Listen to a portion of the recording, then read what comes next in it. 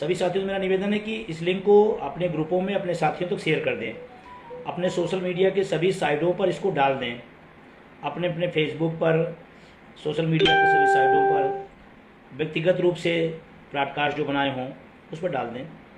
क्योंकि अचानक यूट्यूब पर लाइव का सिस्टम ही नहीं आ रहा था, शायद रोक दिया गया होगा या और कोई बात होगी। तो मैं काफ़ी देर से परेशान था कि मैं यूट्यूब पर लाइव आऊँ, लेकिन यूट्यूब में ऑप्शन ही नहीं था लाइव का। तो मैं काफ़ी देर परेशान होने के बाद, क्योंकि मैंने कह चुका था, तो मैंने कहा कि चलो नहीं सही यूट्यूब पे फेसबुक पे ही आते हैं। तो मैं सभी मित्रों को नमस्कार करता हूं और सभी साथियों से मैं कहना चाहता हूं कि आप इस लिंक को अधिक से अधिक ग्रुपों तक, अधिक से अधिक लोगों तक, अपने सोशल मीडिया के सभी साइटों पर आप ज़रूर डाल दें, शेयर कर दें, जिससे बात ज़्यादा दूर तक जाए। क्योंकि 2-3 बहुत महत्वपूर्ण विषय हैं जिन पर आपसे बात करना है। कई दिन से टल रहा था, क्योंकि जो अटेवा NMOPS के संघर्ष, पुरानी पेंशन के आंदोलन पर फिल्म बन रही है, उसमें व्यस्तता बहुत ज़्यादा होने की वजह से 3-4 दिन से लगातार ये टल रहा था मामला। मैं चाह रहा था कि मैं आपसे बात करूं, क्योंकि कुछ महत्वपूर्ण विषय इस दौर में आ गए हैं जिन पर आपसे बात करना मेरे लिए बहुत ज़रूरी हो गया था। तो इसीलिए मैं कह रहा हूं कि जब बात हो तो सभी लोगों तक ये बात पहुंचे तो हमको लगता है ज़्यादा बेहतर रहेगा। अभी एक पूरे देश में एक बड़ी चर्चा है और मुझे लगा कि आपसे बात करना उस विषय ज़रूरी है।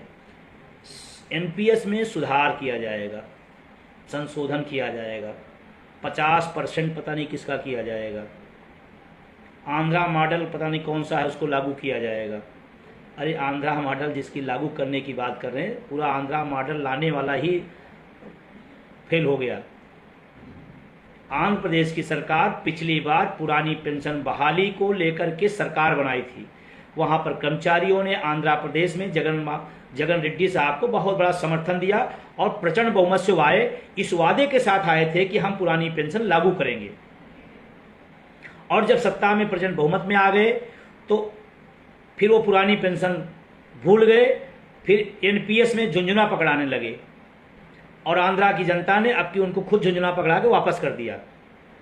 तो आंध्रा मॉडल फेल हो गया है, आंध्रा मॉडल हार गया है, आंध्रा मॉडल लाने वाला व्यक्ति सत्ता से बाहर हो गया है और जो मॉडल जिसने लाया वही बाहर हो गया, तो उस मॉडल की कोई चर्चा नहीं। अभी केंद्र सरकार ने भी NPS में सुधार के लिए, मैं बहुत बेबाकी से कहना चाहता हूँ, केंद्र सरकार ने जो कमेटी बनाई है OPS के लिए नहीं बनाई, इस बात को समझिएगा आप लोग। NPS में सुधार के लिए एक कमेटी बनाई गई, चुनाव पूरा निकल गया, रिपोर्ट आई नहीं। अब जब थोड़ा वोट की चोट का असर पड़ा है तो उस कमेटी की बड़ी चर्चा है और कमेटी की तरफ से जो निकल के आ रही है, मीडिया से जो खबरें निकल के आ रही हैं, उसमें हो रहा है कि आंध्रा मॉडल लागू किया जाएगा, आंध्रा मॉडल लाया जाएगा, केंद्र सरकार भी आंध्रा मॉडल स्वीकार करेगी। अरे भाई, आंध्रा मॉडल है क्या? आंध्रा मॉडल है NPS के अंदर NPS, वो तो NPS से भी ज़्यादा खतरनाक है। मैं बता रहा हूँ आपको, पढ़िएगा, अध्ययन करिएगा। 33 साल नौकरी के बाद उस व्यवस्था में आपको वो झुंझुना मिलेगा। बहुत सारे लोगों की 33 साल की नौकरी नहीं होगी, वो क्या करेंगे? फिर उसमें टर्म एंड कंडीशन, फिर ये, फिर वो, और जो ये वो लाए थे वो बाहर हो गए। और मैं बहुत साफ गोई से कहना चाहता हूं, हमें कोई संशोधन नहीं चाहिए। आप मेरी आवाज को रोक लेंगे, आप हमारे सोशल प्लेटफॉर्म को रोक देंगे, आप हमारे यूट्यूब को आप लाइव सेक्शन से हटा देंगे, इससे बात नहीं रुकेगी। बात निकल चुकी है, करोड़ों लोगों तक बात जा चुकी है, करोड़ों परिवारों तक इस लड़ाई को पहुंचा चुका हूं। ये लड़ाई आगे बढ़ेगी, आपके रोक लेने से नहीं रुकने वाला मामला है। तो मैं अभी भी नई सरकार बनी है, मैं उसको बधाई देना चाहता हूं, माननीय प्रधानमंत्री जी को बधाई देना चाहता हूं। पहला भाषण उन्होंने कर्मचारियों के महत्व को, उनकी गरिमा को, उनके क्षमता को लेकर दिया उन्होंने, मैं उसके लिए धन्यवाद भी दिया था, फिर दे रहा हूं। लेकिन सिर्फ भाषण से पेट नहीं भरते हैं। अगर कर्मचारी, आपको लगता है इस देश के विकास में योगदान है, अगर लगता है प्रधानमंत्री जी कि उसका भी कुछ रोल है आपकी बनाई योजनाओं को गांव-गांव, घर-घर पहुंचाने का, तो उसका एक हक है। पिछले कई वर्षों से लगातार देश मांग कर रहा है पुरानी पेंशन का।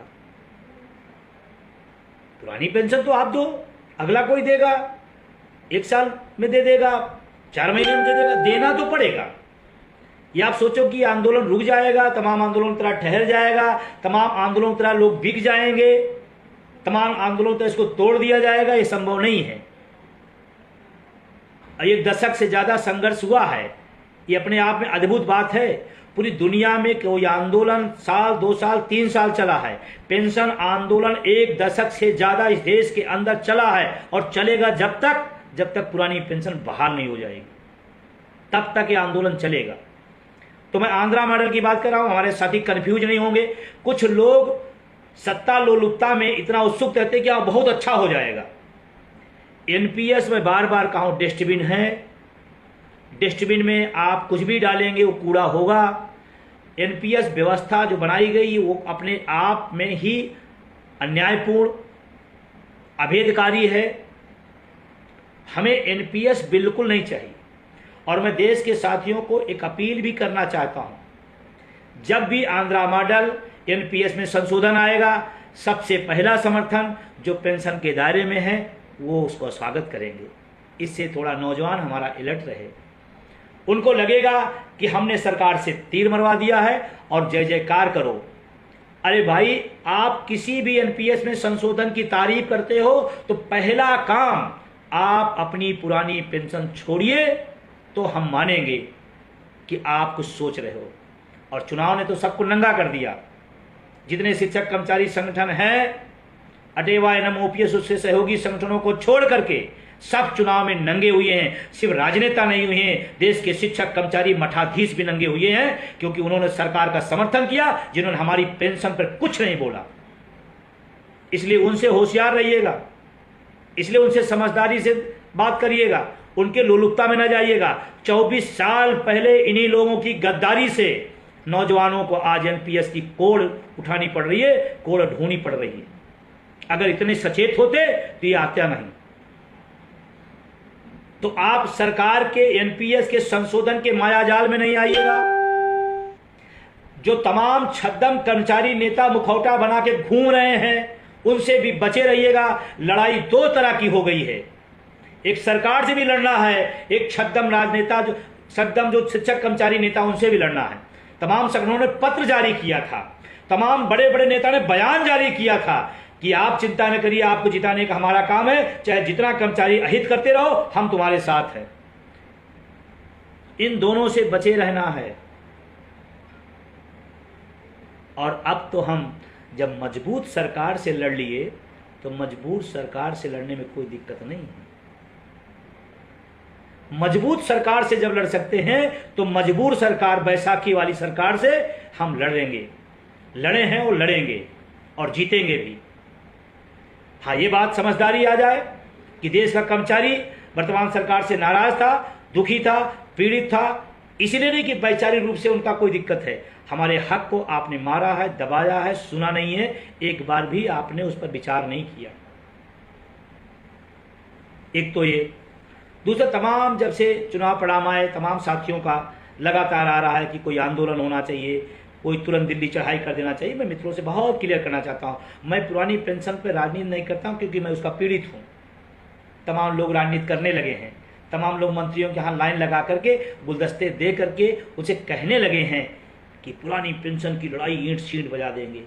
जब वोट की चोट मारना था तो बगल में खड़े होकर के समर्थन कर रहे थे। थोड़ा सा अलर्ट होना होगा। और ख़ास करके मैं फिर कहना चाहता हूँ, आप किसी संगठन में हैं, आप किसी गुट में हैं, तो अलर्ट हो जाइए। जो संगठन, जो नेतृत्व आपके बुढ़ापे की लाठी पर साथ नहीं दे सकता है, आप पदों की लालसा में अपने बुढ़ापे को बर्बाद मत करो। अब वक्त आ गया है कि उन संगठनों को आंख से आंख मिला के नौजवान एनपीएस वाला पूछे कि आप चुनाव में कहां थे, हमारे मुद्दे को आप सोशल मीडिया पे कहां लिखा, आपने कितनी बातें रखी, आप दिखाओ। और अगर आपका नेतृत्व, आपका संगठन पुरानी पेंशन की बात करने से नजर चुराता है तो आप भी उस संगठनों से नजर चुराने का काम करना पड़ेगा, नहीं बुढ़ापा आपका बर्बाद होगा। मैं अलर्ट कर रहा हूं आपको, सभी लोगों को। और मैं तमाम जो अपने समाज साथी हैं, मैं सबसे कहना चाहता हूं, जाओ कार्यालय कार्यालय, स्कूल स्कूल, कैंपस कैंपस जाओ, ये बात बताओ कि जो संगठन जो नेतृत्व करता ओपीएस के आंख मूंदता है, उस संगठनों से आप भी, अब वक्त आ गया है, एनपीएस के साथियों जागिए, आप भी अपने मुद्दे पर आ जाइए। आपका नेतृत्व करने वाला ओपीएस में होगा, वो आपको रास्ता बताएगा। नहीं मैं लड़ रहा हूं, मैं कर रहा हूं, मैं लिखा हूं, मैं पत्र लिखा हूं, सब धोखेबाजी है। आपके मुद्दे को अगर वो छोड़ सकता है तो आप संगठन को भी छोड़ने की हिम्मत दिखानी पड़ेगी, तब बात बनेगी। ये बात बहुत महत्वपूर्ण है, आज कह रहा हूं। अभी तक मैंने नहीं कहा, लेकिन इस चुनाव में मैंने देखा है मुखौटे, इसलिए मैं कह रहा हूं। जो हमारे बुढ़ापे की लाठी के साथ नहीं है, हम पदों की लालसा में उस संगठन से हमको नहीं रहना चाहिए। और जाइए घर घर, कार्यालय, कॉलेज, स्कूल, समझाइए इस बात को कि चुनाव के समय आपका नेतृत्व, आपका संगठन क्या कर रहा था। क्यों नहीं एक पोस्ट डाल पड़ा वोट फॉर ओपीएस का? चेक कर लीजिएगा अपने अपने नेताओं का, वोट फॉर ओपीएस का अभियान का कितने लोगों ने अपने पोस्टों पर डाला सोशल मीडिया पर। ठीक है, सरकार हमारे नहीं दे रही है, सरकार से हम लड़ेंगे, लेकिन जिसके लिए आप बने हो आप भी नहीं बात कर रहे हो, ये बड़ा सवाल है। और रही बात, एक जल्दी तैयारी करें, तमाम लोगों का आ रहा है दिल्ली चढ़ाई करिए, जल्दी बड़ा कार्यक्रम करिए, करेंगे। और आप जानते हैं अटेवा एनएम ओपीएस उनके सहयोगी लोग जब करते हैं तो इतिहास रचते हैं, इतिहास रचते हैं। हमने, आप सब ने, भारत ने, पूरी दुनिया का ट्रेड यूनियन की इतिहास आपने तोड़ा है, आपके अपने नाम किया है 1 अक्टूबर की रैली में। होगा, उससे भी बड़ा होगा, लेकिन प्लानिंग के तहत होगा। अभी अभी नई नवेली सरकार बनी है, अभी मैं निवेदन प्रत्यावेदन करूंगा, अभी मैं प्रधानमंत्री जी को पत्र लिखने वाला हूं। मैं लिखने वाला हूं देश के सभी उन माननीय सांसदों का जो देश की सब बड़ी पंचायत में गए हैं, हम जानना चाहते हैं हमारे मुद्दे पर उनका क्या व्यू है, उनको भी एक पत्र लिखने वाला हूं। 543 सांसदों को पत्र लिखा जाएगा, प्रधानमंत्री को पत्र लिखना जाएगा, निवेदन किया जाएगा, आग्रह किया जाएगा कि अभी मेरी बात सुन लीजिए। नहीं सुना जाएगा तो पहले भी लड़ा है और आगे भी लड़ेंगे, लेकिन पेंशन नहीं छोड़ेंगे। सरकारें छूट जाए, नेता छूट जाए, विचारधारा छूट जाए, पेंशन नहीं छूटेगी। ध्यान रखना इस बात पर। तो अभी कार्यकारिणी की बैठक होगी, आगे की रणनीति बताएंगे, आगे की रणनीति बनाएंगे और ठोस रणनीति बनेगी। अब की और तरीके अपनाए जाएंगे।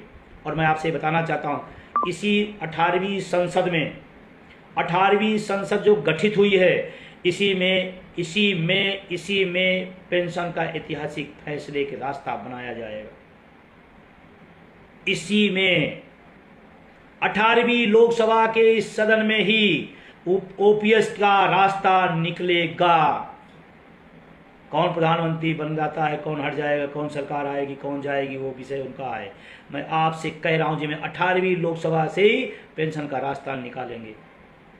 आप लोग विश्वास बनाए रखिएगा। तमाम जो संगठन हैं, मैं अपने तमाम दूसरी संगठनों में लोग जुड़े रहते हैं कि मैं फला पदाधिकारी हूँ, किस लिए टानिक दे रहे हो भाई कि बुढ़ापे की लाठी काट दिया जाए?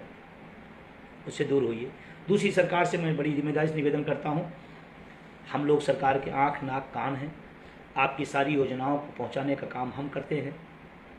हम वही शिक्षक कर्मचारी पहुँचाता है, वही करता है। तो उनके बारे में भी आप सोचें। जितने सांसद भूतपूर्व हो गए, सबकी पेंशन बन गई। जितने जीत के आए हैं उनके भी रास्ते खुल गए। वेतन भत्ते के आप हकदार हो गए। पेंशन आप पहले भी लेते रहे होंगे, अगर मान नहीं रहे होंगे आगे भी लेंगे। हमने वोट दिया, हमने चुनाव प्रक्रिया कराई, हमने तमाम सारे अपने सही साथियों को लोकतंत्र की बलिवेदी पर बलिदान किया। उस चुनावी गर्मी में, उस चुनावी सरगर्मी में, उस प्रचंड धूप में, लू में हमारे कर्मचारी गए। आज तमाम हमारे साथी हमारे बीच में नहीं हैं। आप कल्पना करें उनके परिवार पर क्या बीत रही होगी। अगर वो ओपीएस होती तो कम से कम उनका परिवार तो सुरक्षित रहता। तो सरकार को उस पर विचार करना चाहिए। जिद अच्छी बात नहीं है लोकतंत्र में। जनता से बड़ा पैमाना कोई नहीं होता।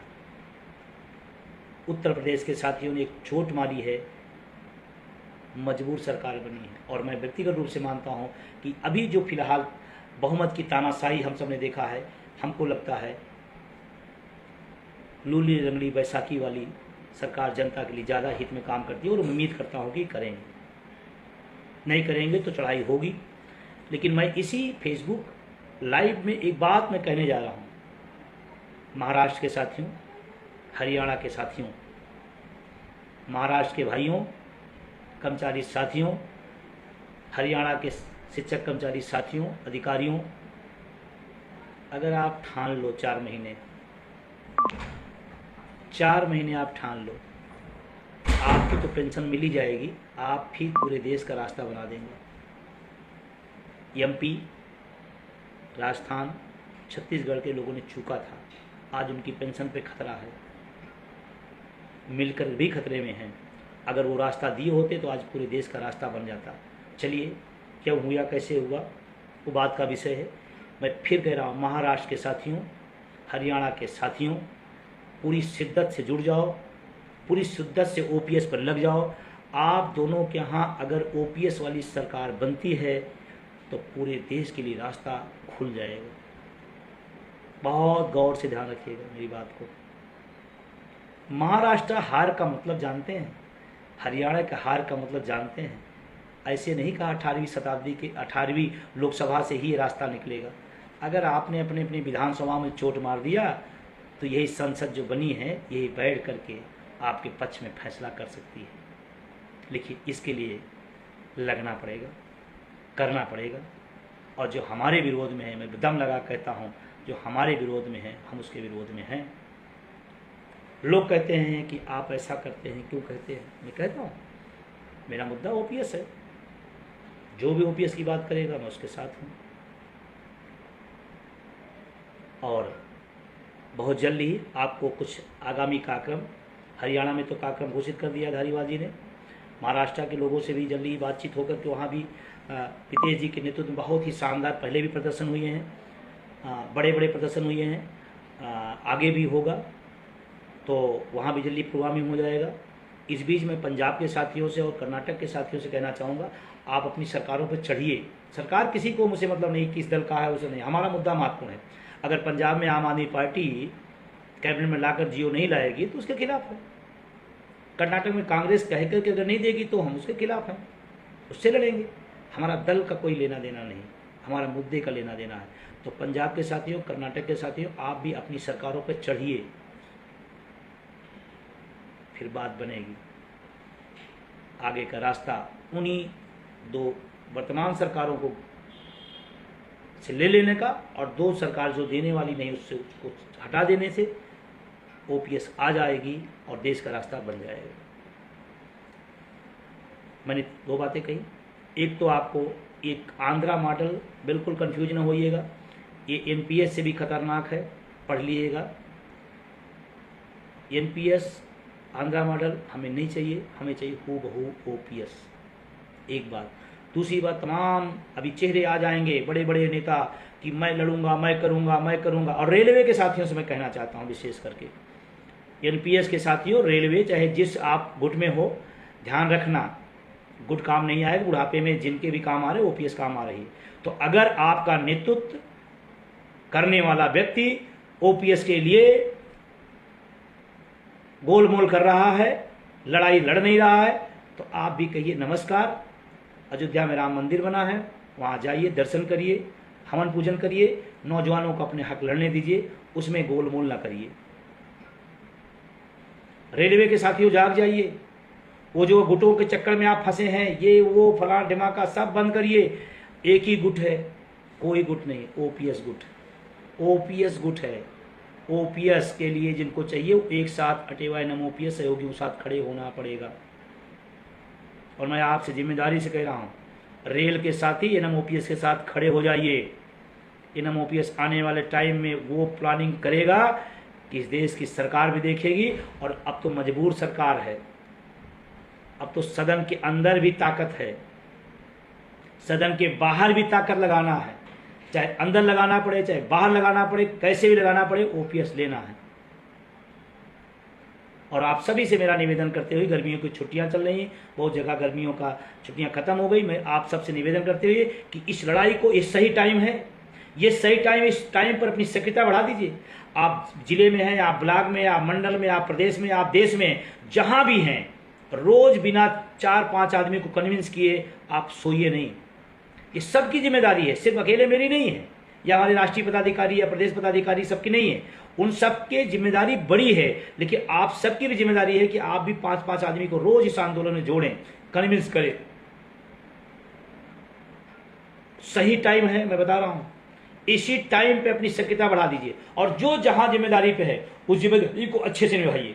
ब्लॉक है तो ब्लॉक नंबर 1 हो, जिले में है तो जिला नंबर 1 करिए, संगठन के काम पे थोड़ा समय दीजिए, संगठन के काम को थोड़ा बढ़ाइए, संगठन में सक्रियता लाइए। ये सही मौका है, चोट करिए, ओपीएस लाइए। और कहा जाता है ना, जो ना करे अगर उसी से हाँ करवा लिया जाए, असली सिकंदर वही है। तो जिन महापुरुषों ने ना किया है, थोड़ी सक्रियता बढ़ा दीजिए, उन्हीं से हाँ हो जाएगा। और नहीं होगा तो ओपीएस दे के विदा किया जाएगा। राजनीतिक परिस्थितियां देश की बदली हुई हैं और तमाम सरकार के सहयोगी संगठनों से मैं अपील करना चाहता हूं, एक अच्छा मौका मिला है आपको कि आप सरकार के सहयोगी हैं, चढ़िए, लड़िए, जनता में मैसेज डालिए कि हम सरकार में जरूर हैं लेकिन जनता के मुद्दों पर जनता के साथ हैं। तमाम सहयोगी लोग हैं, उन सहयोगियों से मेरी अपील है सरकार के कि मौका अच्छा है,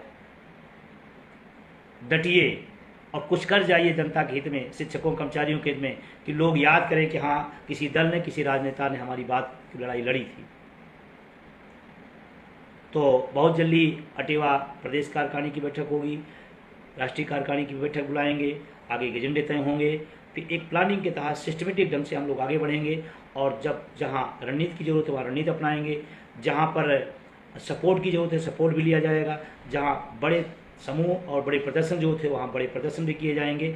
बस वो रणनीतिक रूप से होगा, संगठन जो दिशा निर्देश है आप उसी पर लगिए। इस समय अभी आप घरों में हैं, फिर भी थोड़ा सा नाखुशी अदा करता हूँ कि फ्री भी है, घरों में भी हैं, लिखते पढ़ते नहीं हैं।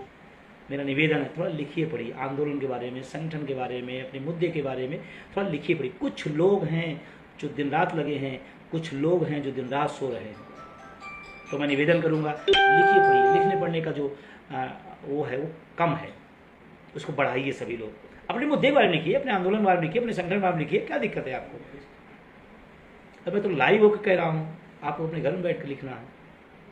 तो बहुत ज़्यादा बातें नहीं, थोड़ा सा व्यवधान उत्पन्न हुआ, मैं क्षमा चाहता हूँ उसके लिए।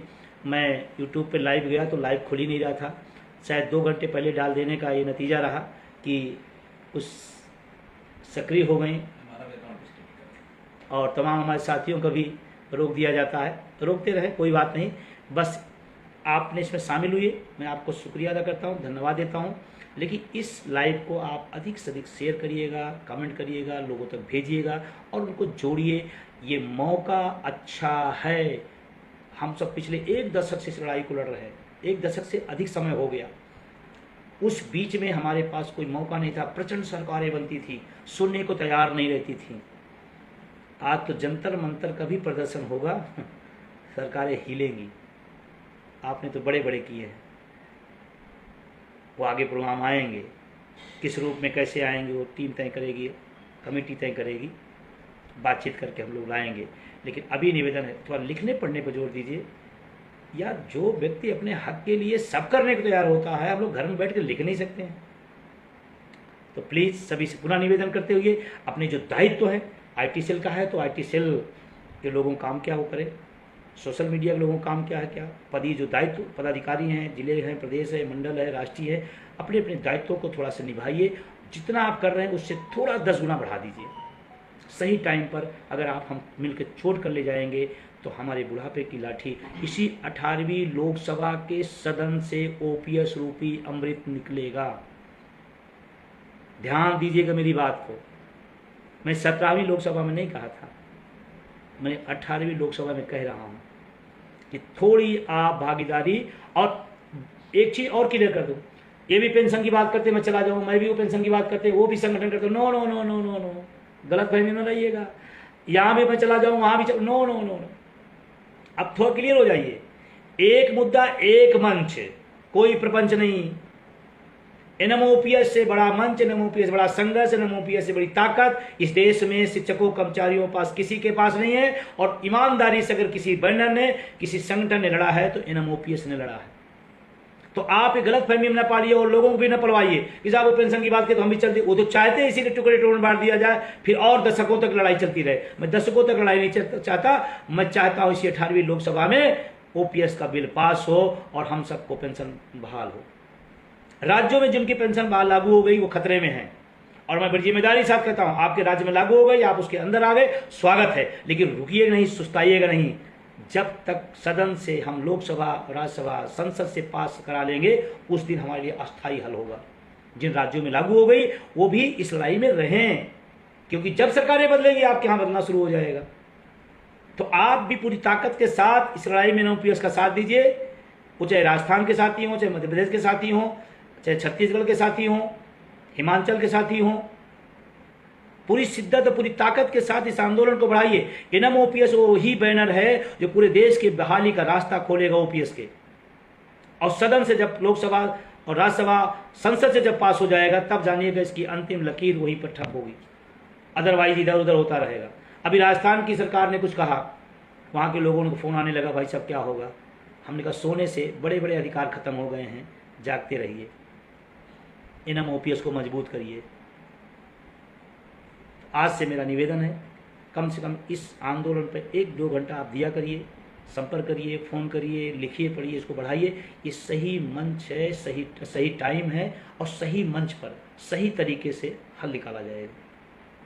कोई और संगठन आह्वान करे तो मुझे बहुत खेद के साथ कहना पड़ रहा है कि सिर्फ चालबाजी होगी, क्योंकि अधिकांश लोग पुरानी पेंशन में हैं, उनके लिए राजनीति का विषय है। एनएम ओपीएस के लिए जीवन मरण का प्रश्न है। बहुत सारे साथियों को लगा कर कमेंट आ रहा है, रेलवे के साथियों का भी कमेंट आ रहा है, उन्हें धन्यवाद देना चाहता हूँ। मैं रेलवे के खास करके साथियों से कहना चाहता हूँ, अब वक्त आ गया है कि संगठनों को, अगर आपके मुद्दे को नज़रअंदाज करते हैं तो आप भी पद क्या करोगे लेकर के, बुढ़ापे में पेंशन नहीं मिली, पद लेके घूमो, आप पद लेके क्या करोगे आप कि मैं फला पदाधिकारी हूँ। एनपीएस में होना ओपीएस गुट है, बस जागो, जगाओ, अपने हक के लिए तैयार हो जाओ। बहुत बहुत शुक्रिया, बहुत बहुत धन्यवाद आप सभी को। क्षमा चाहता हूँ कि मैं पहले यूट्यूब पे आना था, लाइव रोक दिया गया। क्यों रोका गया, कैसे रोका गया, मुझे नहीं पता, मैं ज़्यादा टेक्निकल आदमी नहीं हूँ, लेकिन हक के लिए लड़ूंगा। रास्ते इधर उधर हो सकते हैं, लेकिन मंजिल क्लियर है। शुभ रात्रि।